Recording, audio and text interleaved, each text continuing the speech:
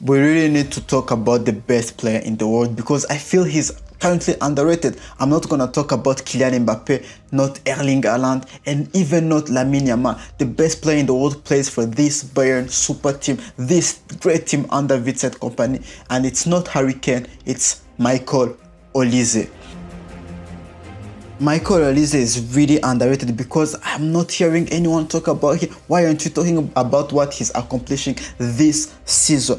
Honestly, apart from Lamine Yamal, maybe I haven't seen a better player with the eye test really this season. Michael Olise, to me, is one of the best players to watch this season. And we can also talk about what he's doing statistically because this season he has 16 goals and 23 assists in 42 games. So far, he has the most assists in the Bundesliga with 16. The record is 21 held by Thomas Müller, so he might beat it. And in the Champions League, he has the most assists with 5 assists. So already with statistically, he's doing one of the best seasons we've ever seen individually. So why aren't you talking about Michael Olise? And that's again statistically, but with the eye test, as I said, again, he's so impressive. The technical quality he has, oh my God. As a Liverpool fan, when I watch, for example, Mohamed Salah and the next match I watch Olise, the difference is mind-blowing. We're talking about a guy that can dribble past his man, that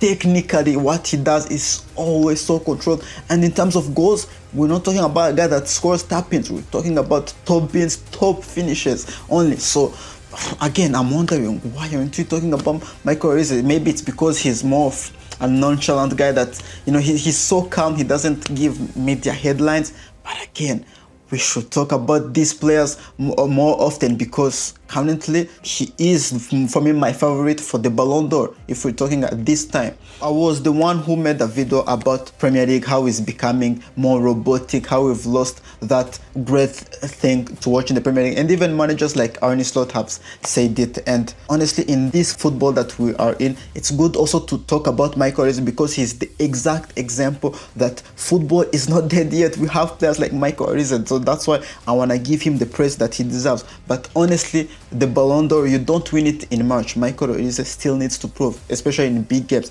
if he can go all the way with this Bayern team in maybe the semi-finals and the final of the Champions League and put in top performances. For example, the performance we saw from Lamine Yamal against Inter Milan last season. If he can put those type of performances, and in this summer with that France national team, if he can replace, for example, a player like Antoine Griezmann and be the main man for this French national team and maybe help them win the World Cup, then I think there will be no doubts for the Ballon d'Or. I think he will be a genuine contender for it, and I think football will be rewarded. So guys, I hope you enjoyed this video. I wanted to give flowers to Michael Olise with my small channel. If I can contribute to this for Michael Olise, I will do it. And let me know in the comments if you want a video maybe of me going in depth of Olise's career and talking about how he arrived at this level, because Olise is a player that I follow since the early days at Reading, and the way he's passed through Reading, then in the Championship, then going to Crystal Palace and dominating the Premier League, then got his move in the